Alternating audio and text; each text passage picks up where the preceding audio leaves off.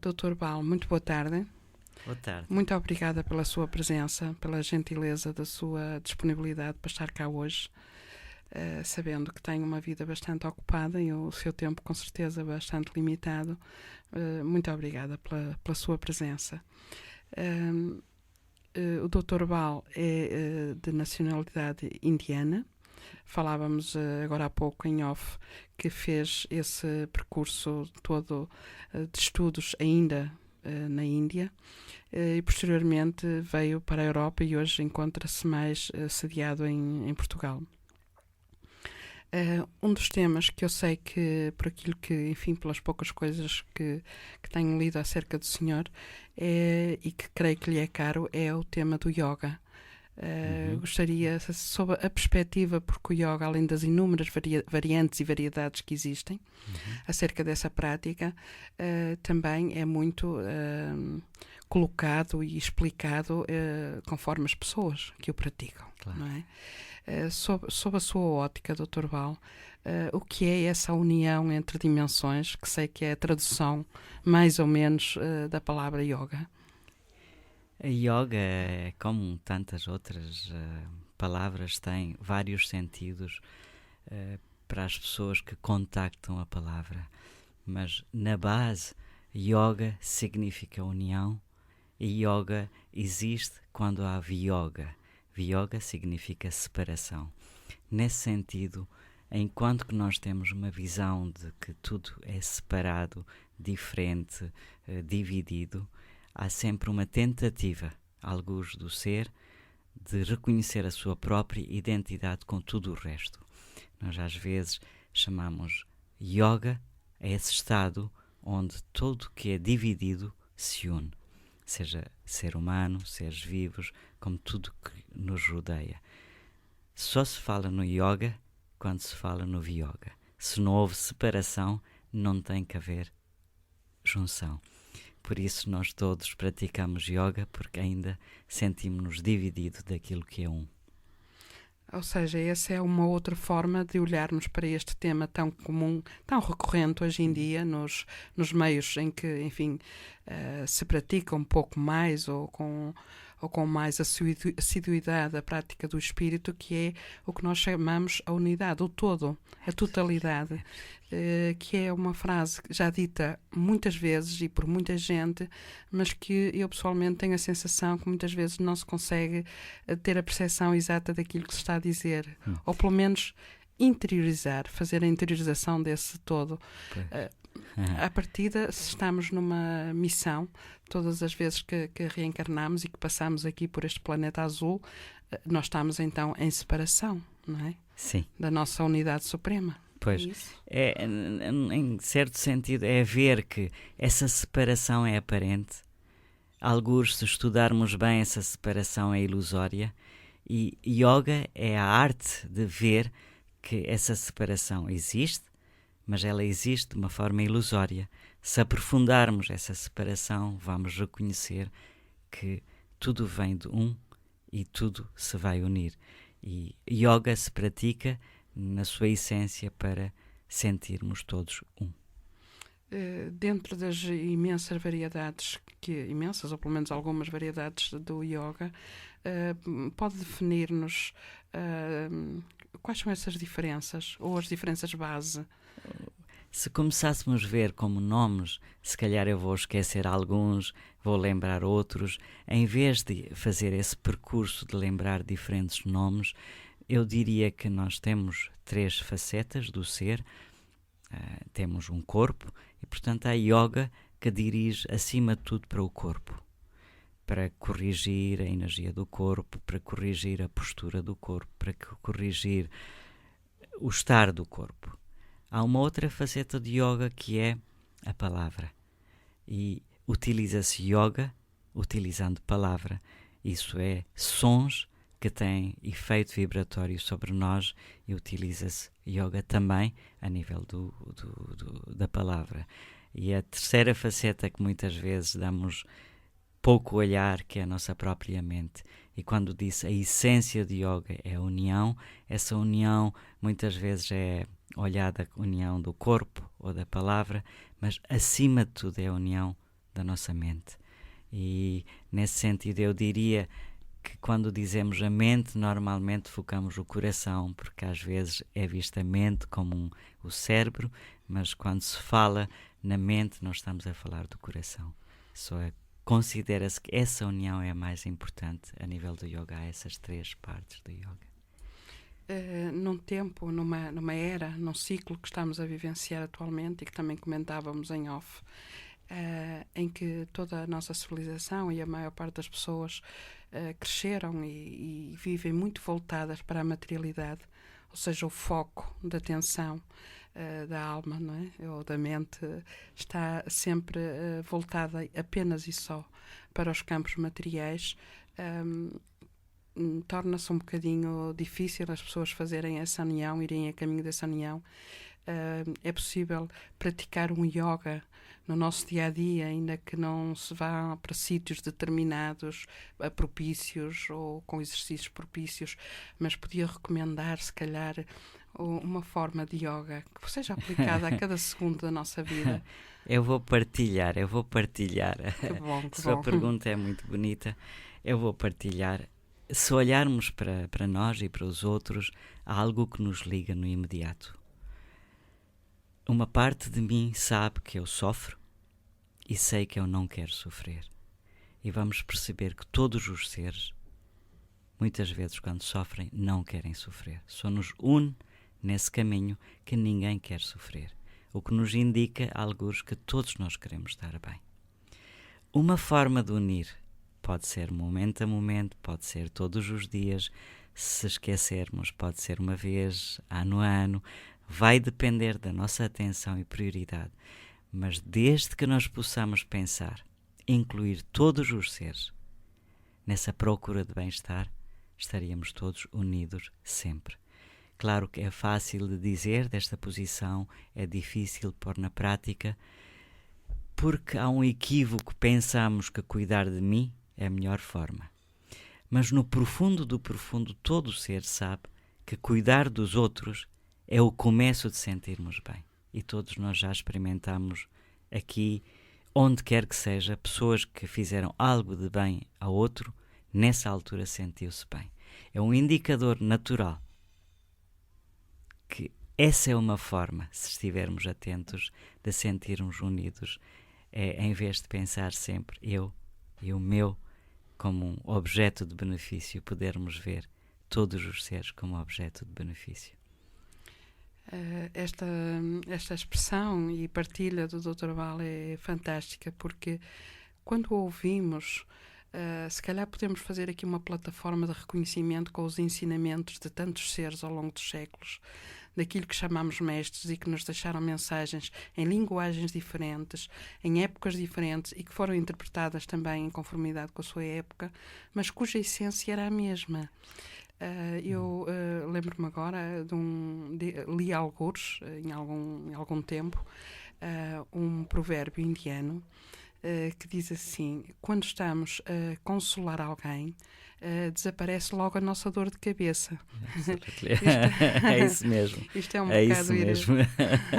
É isso mesmo. ao encontro daquilo que acaba de dizer. É isso mesmo. Outra vertente é que mesmo aqui em Portugal e na Europa, a maioria católica, não cristã, mas católica, que eu faço uma grande diferença entre estas duas palavras, existe muito o hábito de as pessoas rezarem da oração, o que está ótimo, é fantástico. Só que, curiosamente, ou não é? A oração é sempre feita de uma forma muito egocêntrica, muito egoísta. As pessoas oram ou rezam para pedir, quase sempre para pedir. É curioso também, mas é sempre para pedir. Mas para pedir para si próprio. Por vezes, eu já aconselhei isto algumas vezes às pessoas, que eu costumo fazer esta comparação. A oração é como uma belíssima chuva que vai cair em campos ressequidos, em campos que estão a precisar desesperadamente dessas gotas de chuva, dessa água, para vivificarem, não é? E então nós podemos emitir essa chuva através do nosso coração, para o cosmos, a favor de toda a gente. Porque nós estamos ali e somos os primeiros a ser beneficiados também com essas gotas de chuva. Portanto, é um bocado isso também da forma como estava a dizer. Em relação às práticas de yoga mais concretas, não é? Digamos assim, mais organizadas, aqui em Portugal nota com certeza que tem algumas informações sobre a assiduidade dos portugueses em relação ao yoga. É uma prática já bastante comum, menos comum, mais ou menos conhecida ou aceite?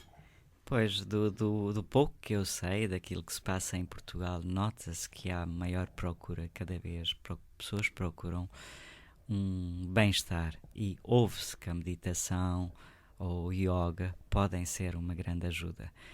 São tempos onde andamos com muito stress, muita insegurança e parece que quando vemos uma estátua sentada com olhos fechados, serena, parece que esse é o estado que nós também quereríamos, é estar bem, estar tranquilos, em harmonia. E yoga e meditação também são facetas de que nos podem trazer esse bem-estar. Só nota-se que em Portugal cada vez há maior procura desse bem-estar. Depois, vai depender o que a gente cruza no nosso caminho em nome de algo, pode aparecer uma escola, outra escola, por isso é que não quis mencionar nomes, porque a partir daí pode-se esquecer um, pode-se lembrar outro. Compreendo. E não é essa a grande importância, mas eu penso que há grande procura e grande aderência das pessoas que praticam yoga ou que pensam ou que procuram praticar yoga. Doutor Paulo, uma das preocupações, inquietações, não é preocupação, que isso é sempre no sentido negativo, mas umas inquietações que eu tenho em relação a várias coisas e a nossa associação também, e estamos a tentar promover esse aspecto, é de levar uma série de conhecimentos ao grande público, às camadas de população, onde estas informações não chegam, através das autarquias. E eu acredito que o yoga nas escolas seria fundamental. As organizações aqui em Portugal de yoga já pensaram nisso? Têm planos, têm projetos para isso? Eu não estou tanto dentro desse aspecto. Nós, com o nosso curto encontro, eu não tenho lidado tanto com prática de yoga nesta altura em Portugal, lido mais com prática da meditação, mas eu sei que há um movimento para que yoga seja incluída como uma disciplina para aqueles que queiram praticar dentro das escolas. E há escolas que têm yoga como prática do dia em Portugal, que põem yoga como uma possibilidade de prática. Isso é uma belíssima notícia que eu desconhecia. E como tal fico muito satisfeita em saber. Passando um bocadinho além do yoga, ainda que está sempre relacionado, yoga é também uma forma de meditação, em movimento, digamos assim. Sim, yoga também é uma forma de meditação. E isto leva-nos àquilo que eu sei que é um campo onde se sente se calhar mais à vontade que noutros, que é a meditação. Ok. Dr. Val, com o seu à vontade, e o microfone está por conta do senhor, fale-nos um bocadinho de meditação. Bom, meditação é uma palavra hoje em dia muito utilizada. E pomos muitas vezes meditação como se fosse algo que vem de outra parte do mundo, Oriente. Eu por mim diria que não é tanto assim. A meditação é uma palavra, vamos primeiro olhar para o aspecto comum. Alguém que não senta com pernas cruzadas, também, quando tem dificuldades, quando não entende algo que quer entender, vai dizer, vou meditar sobre o assunto. Isso quer dizer que essa palavra para todos nós significa ver aquilo que nós não estamos a conseguir ver agora, conhecer aquilo que está a ser difícil de conhecer neste momento. Nesse sentido, a meditação está ligada à nossa própria mente e essa mente, se quer conhecer algo que existe, mas que não se vê, não se conhece bem, devido a uma mente que está perturbada, está desatenta, não está concentrada, está agitada, não tem clareza, está confusa. São essas qualidades, de um lado a confusão, a não clareza, a agitação, do outro lado a calma da mente, a capacidade de concentrar e tomar consciência com grande clareza. São esses os aspectos que lidam para nós à meditação, ou que a meditação lida com esses aspectos da mente. Daí, quando nós falamos no Oriente, Ocidente e meditação, estamos a falar de certas técnicas. Algumas delas, se calhar, já existiram aqui, que foram esquecidas. Muitas vezes pensamos que tudo vem de um lado e há pouco estávamos a ver que tudo é cíclico. Portanto, parece, numa determinada altura de ciclo, parece que isto veio daqui. Se olharmos melhor para o tempo mais vasto, todos esses ciclos já deram muitas voltas. Voltando outra vez para a palavra meditação, a meditação, em princípio, na sua essência profunda, é conhecer as coisas como elas são. Reconhecer as coisas como elas são. Reconhecer através da natureza da nossa própria mente. Mas não indo para um tema que torna filosoficamente mais complexo, vamos olhar de novo para a meditação de uma forma simples que nos toca todos os dias diretamente. Se eu quero conhecer algo bem, eu vou precisar de estar calmo. Meditação é uma maneira de acalmar a mente. Se eu quero conhecer algo bem, vou precisar de estar concentrado naquilo que quero conhecer. Normalmente estou desatento e por isso é que não conheço. Só a meditação tem técnicas, tem formas de concentrar a nossa mente. Se eu estiver muito confuso a olhar para o que quer que seja, vou ver através da minha confusão. Se eu conseguir ter uma mente de grande clareza, vou conseguir ver o que quer que estou a querer ver muito melhor. Isso é uma concordância geral. Desenvolvendo essas capacidades, a meditação avança no seu segundo passo para aquilo que nós chamamos começar a ver aquilo que dizemos no dia a dia que sabemos, mas que não vivemos como assim. Que é todas as coisas são transitórias. Todos os fenómenos que atualmente tocamos, com o nosso corpo e a forma, com as sensações que temos, com as percepções que temos de tudo que está fora e dentro, com os pensamentos que estão por trás dessa percepção, com a tomada de consciência do movimento dos pensamentos. Todos esses 5 aspectos são transitórios.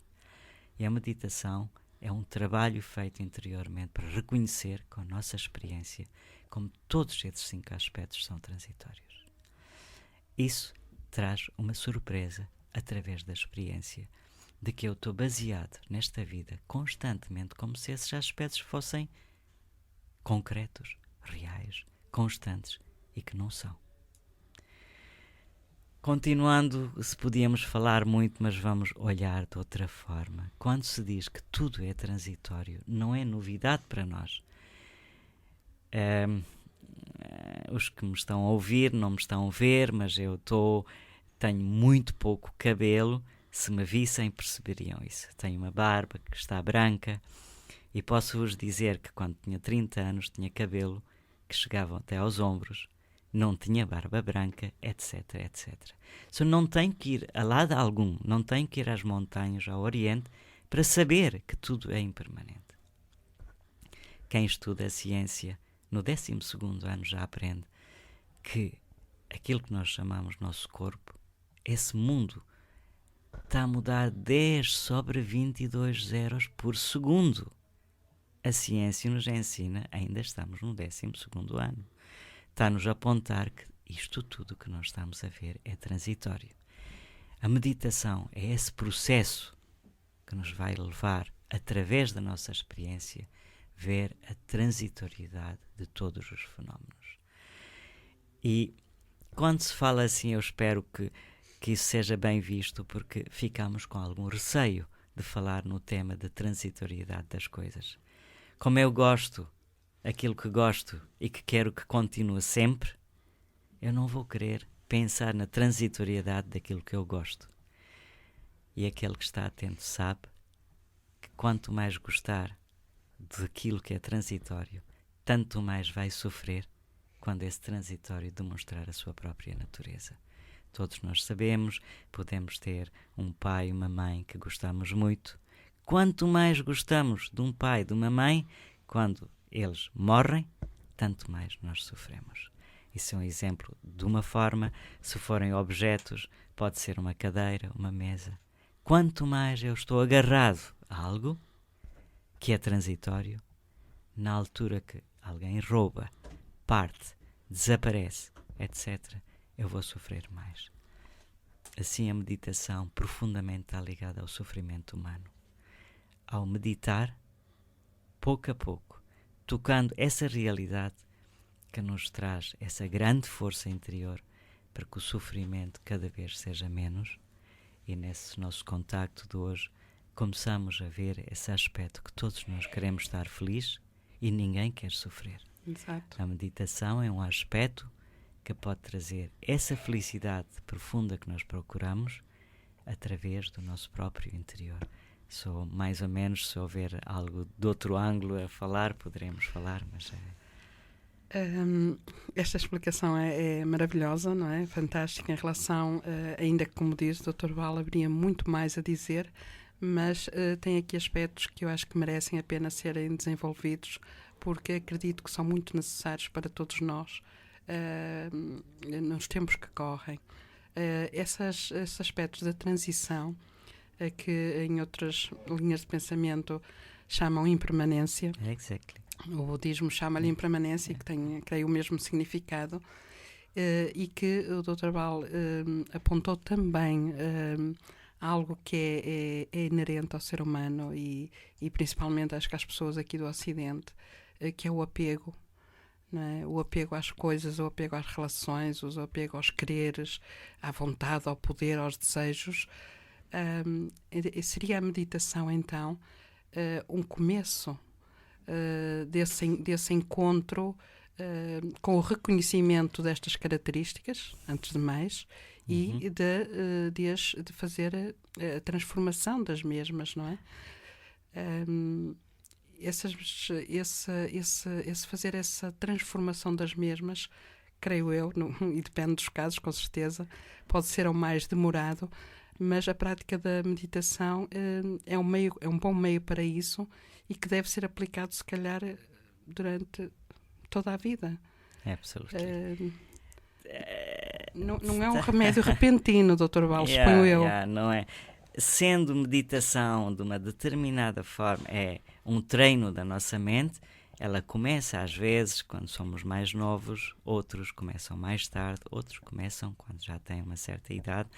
Depende do nosso percurso, mas me parece que se todos nós queremos esse bem-estar, se todos nós queremos evitar o sofrimento, existem indicações que são claros para nós e a meditação vai ajudar com que essas indicações não sejam esquecidas. As indicações também eu talvez gostaria de partilhar entre todos nós, e não é novidade para nós.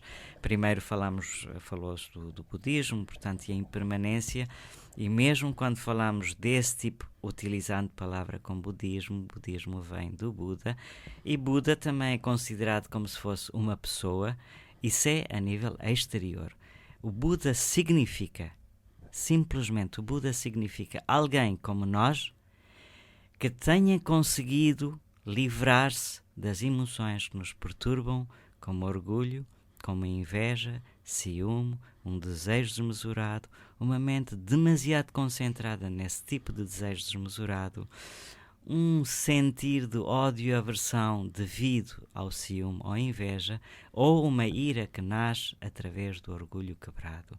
São essas 6 emoções que nos perturbam, e aquele que nós dizemos que é Buda é alguém que superou, que não tem, nem no subtil nem no grosso, essas emoções perturbadoras.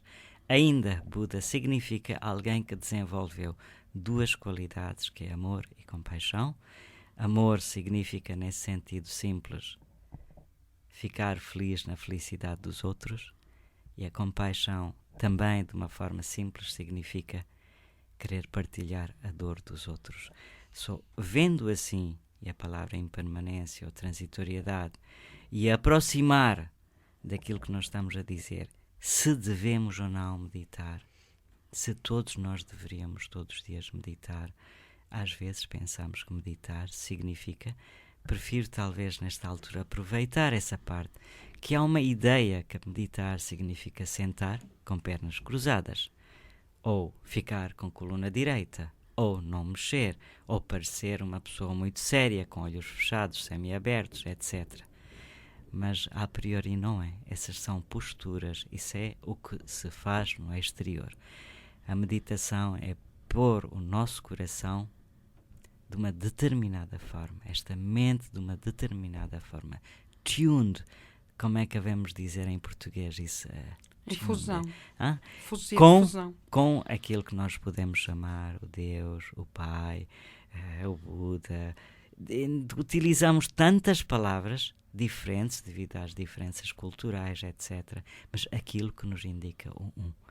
Nesse sentido, meditação, sinto eu, que seria a prioridade do ser humano, nesse sentido, não com perna cruzada ou não mexer, porque isso alguns conseguem fazer, outros não. Mas meditação, no seu sentido mais profundo, seria útil para todos nós, desde que nós nascemos.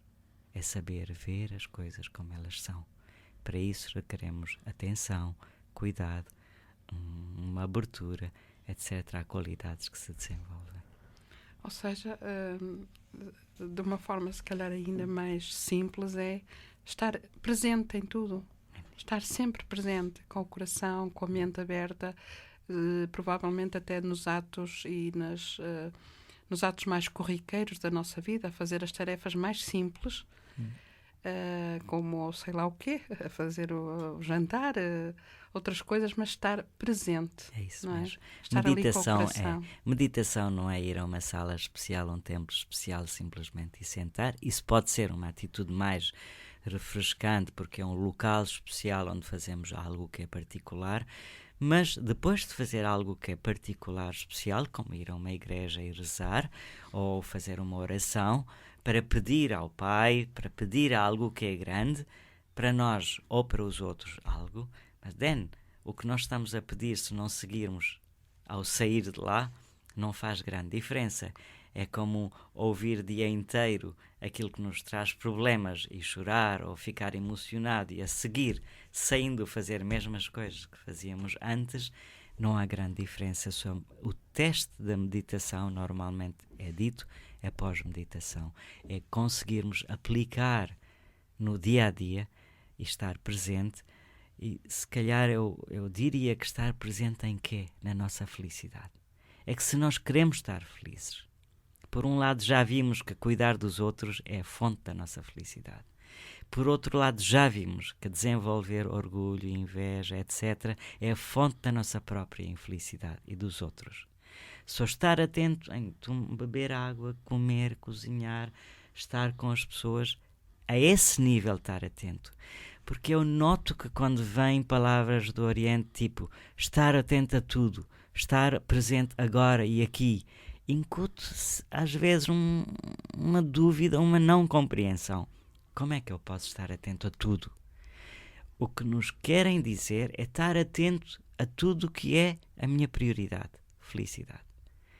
E evitar que essa felicidade seja quebrada quando estou a beber água, quando estou a comer, quando estou a cozinhar, quando estou a cuidar dos outros ou de mim. É essa atitude de cuidar que para a felicidade, evitar as emoções que me perturbam, estar sempre com o coração cheio de amor e compaixão para poder estar feliz quando alguém está feliz e estar pronto para partilhar a infelicidade de alguém ou a dificuldade de alguém. And then, estando atento assim, o que quer que fizermos é a meditação. Caros ouvintes, ficávamos aqui, continuávamos, no entanto, como aliás é normal neste programa, é como um fenómeno, não é? Em que o tempo voa, mas voa mais depressa que o normal, e chegamos então ao término da primeira meia hora, da primeira parte deste programa, e voltaremos daqui a pouco. Até já. Entramos agora na segunda parte, e lembro também que o nosso convidado de hoje é o Dr. Balkrishna, que nos tem acompanhado com partilha acerca de assuntos interessantíssimos e que são, acredito eu, prementes para o nosso dia-a-dia nos tempos que correm. Falamos já sobre yoga. Estávamos, ao terminar o tempo da primeira parte, a falar sobre meditação, e eu agora gostaria de colocar uma questão ao Dr. Bal, que é o seguinte, porque acho que houve aí uma frase que me chamou a atenção. Todo esse exagero das nossas emoções. Nós somos seres que no nosso nos ciclos reencarnatórios, na nossa roda de samsara, vimos com certeza aprimorar situações. Nós somos um bocadinho um campo experimental, não é? Neste planeta escola que é a Terra, e por vezes sinto que houve uma degeneração acentuada dos nossos campos emocionais. Porquê essa degeneração? Porquê é que somos tão emocionais? É o que nos leva a todas aquelas emoções que o Dr. Bal também mencionou e que não há dúvida nenhuma que nos afetam a todos, ou pelo menos à maior parte das pessoas, de uma forma intensíssima no dia-a-dia.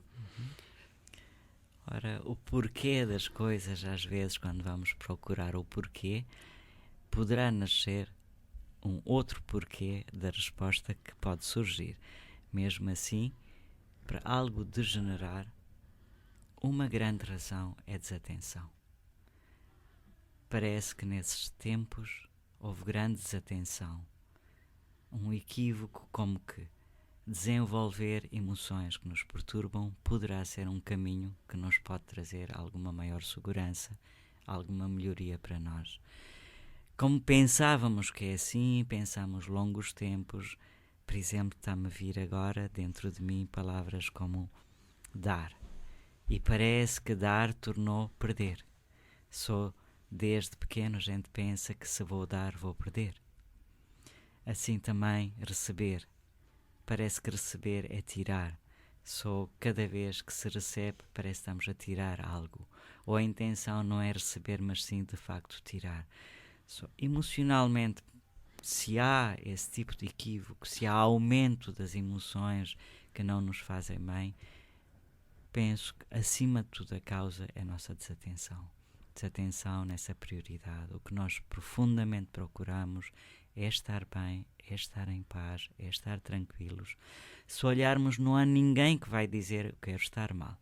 Não há ninguém que vai dizer eu não quero estar em harmonia. Todos os seres procuram estar bem. E há esse equívoco, esquecer que é isso que eu preciso, é isso que eu quero, e as emoções que nos perturbam desenvolvem por esse equívoco. Esquecimento de que essas emoções me levam longe daquilo que eu procuro. Isso é verificado, por isso é que estávamos a falar da meditação há pouco. Se a pessoa estiver atento, muito depressa vai perceber que o que está a fazer neste momento com as suas emoções nem beneficia a si, nem aos outros.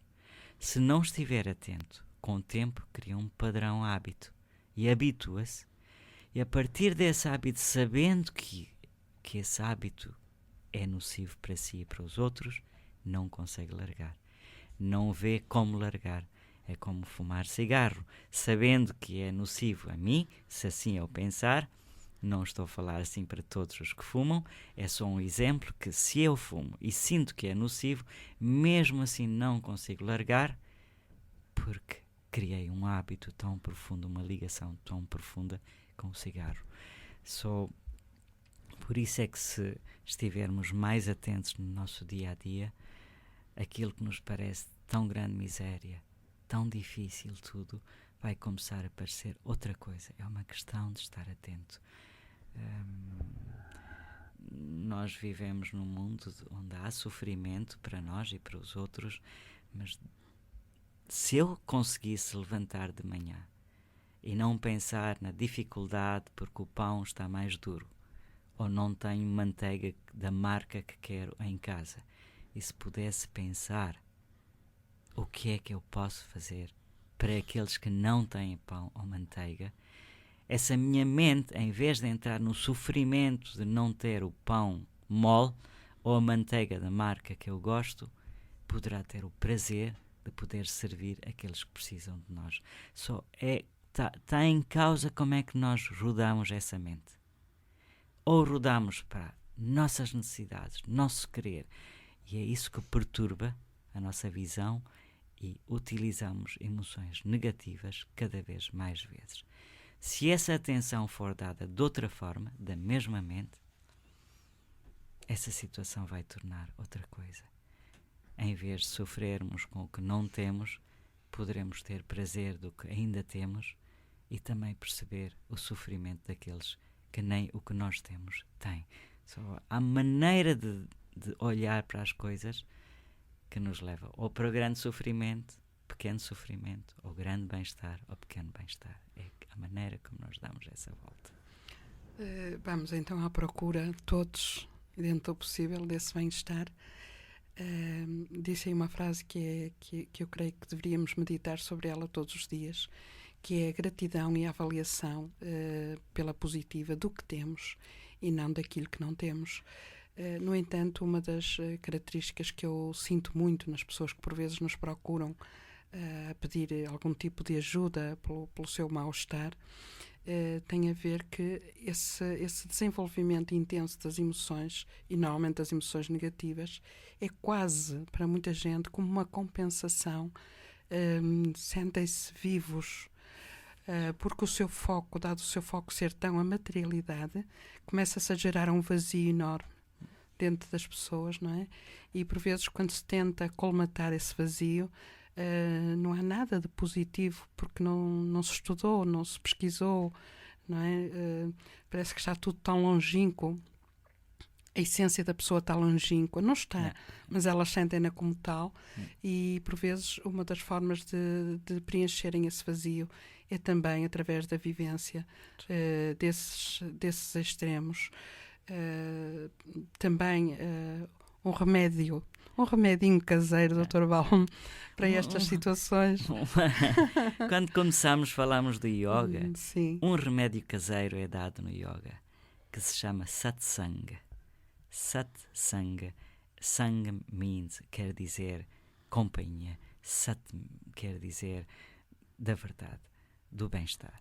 E muitas vezes, quando estamos constantemente com problemas, dificuldades, e ainda procuramos sempre amigos, conversas, situações, locais que também têm mesmo tipo de dificuldade, mesmos problemas. Repetimos conversas, pensamentos, partilhamos problemas. Problemas não diminuem. Satsanga é um termo utilizado no yoga que quer dizer é melhor andar na companhia que nos traz esse bem-estar. Se estivermos num local que nos traga esse bem-estar, é melhor frequentar esse local do que todos os dias só falar daquilo que não vai bem, daquilo que está mal. Isso reforça. Um exemplo, como um clínico, eu posso dizer que quando alguém tem dor do joelho esquerdo, por exemplo, e repete uma vez, 2 vezes que tem dor de joelho, percebe-se, 5 vezes, percebe-se. Mas quando diz constantemente que tem dor de joelho esquerdo, às vezes eu pergunto, como é que está o seu cotovelo? E a pessoa olha surpreendente e diz, está bem, e não lhe dói a cabeça. Diz, não. E o joelho direito? Também não. Fica surpreendida com as perguntas. Quero levar a ver à pessoa que não está a ver tantas coisas tão bem e está só a falar daquilo que não está bem. Há uma maneira de voltar para aquilo que é positivo. E aí apercebemos que todos os seres têm muita coisa positiva. A grande positivo que temos é estarmos vivos. We have life, temos vida. Só estando vivos já é positivo. E depois existem dificuldades nossas e dos outros.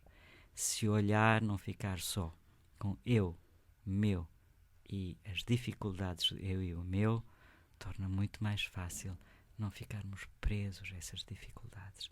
Eu vou repetir mesmo assim que se conseguirmos estar na companhia das pessoas que não repetem sempre as suas dificuldades, locais onde a vida é olhada de uma outra forma, onde nos trazem esperança, onde não é um túnel fechado, mas que tem a luz no fundo, já é uma grande ajuda. E há tantos locais assim, eu diria, convém que nós procuremos esse tipo de companhia, ou locais, ou possibilidade, do que ficar pelos problemas. E como dizem muito bem, há muitos locais assim, a mudança na mentalidade está a decorrer com muita intensidade. Vamos todos à procura do satsang. Dr. Val, é clínico, como ainda há pouco acabou de informar e de nos dizer, pratica algumas terapias. Gostaríamos que nos esteja à vontade para nos falar um bocadinho sobre isso, mas também sobre um centro que tem no Algarve, não é? Um bocadinho longe de nós, mas onde se fazem práticas cíclicas e habituais durante o ano, como seja retiros. Quer falar-nos um pouquinho sobre isso? Do Karuna, não é? Yeah. A primeira parte, que clínico, eu faço medicina tradicional chinesa, trabalho nessa área há 31 anos e essa é a parte que me toca no dia a dia, de receber pessoas que sofrem, pessoas que têm dificuldades, e fui aprendendo e ainda vou aprender até fechar os olhos de como melhor poder ser útil no sofrimento dos outros, e que me faz perceber que não sou o único que sofre e há tantos que sofrem, e portanto dar mais importância aos outros faz com que eu também possa esquecer um pouco de mim e dos meus males ou sofrimento. Depois, a nível do centro de retiros que temos na Serra de Monchique, é um local muito bonito, tão bonito que há 9 anos recebemos alguém que foi mestre também da Sua Santidade Dalai Lama, e que esteve lá e disse que só sentiu 2 vezes triste na vida, uma vez ao sair do Tibete e segunda vez ao sair desse centro de retiros que é Karuna. Aquilo que o Dr. Val dizia há muito poucos momentos é que nós temos que derrubar paredes. Estamos na altura não de erguer templos com paredes, mas de derrubar os muros dos templos, e de que os templos se tornem um único templo, que é o templo da nossa alma, unidos neste conjunto, neste yoga geral entre todos nós, não é? Comum a todos nós. Dr. Val, muitíssimo obrigada pela sua presença, pela sua partilha. Foi sem dúvida nenhuma para aqueles que estamos aqui nesta sala, e com certeza para os nossos ouvintes, um tempo de grande elevação, porque os momentos fazem-se disto, não é? Agradeço muitíssimo a sua presença e, enfim, até com certeza até uma outra altura em que possamos estar aqui de novo. Muito obrigado.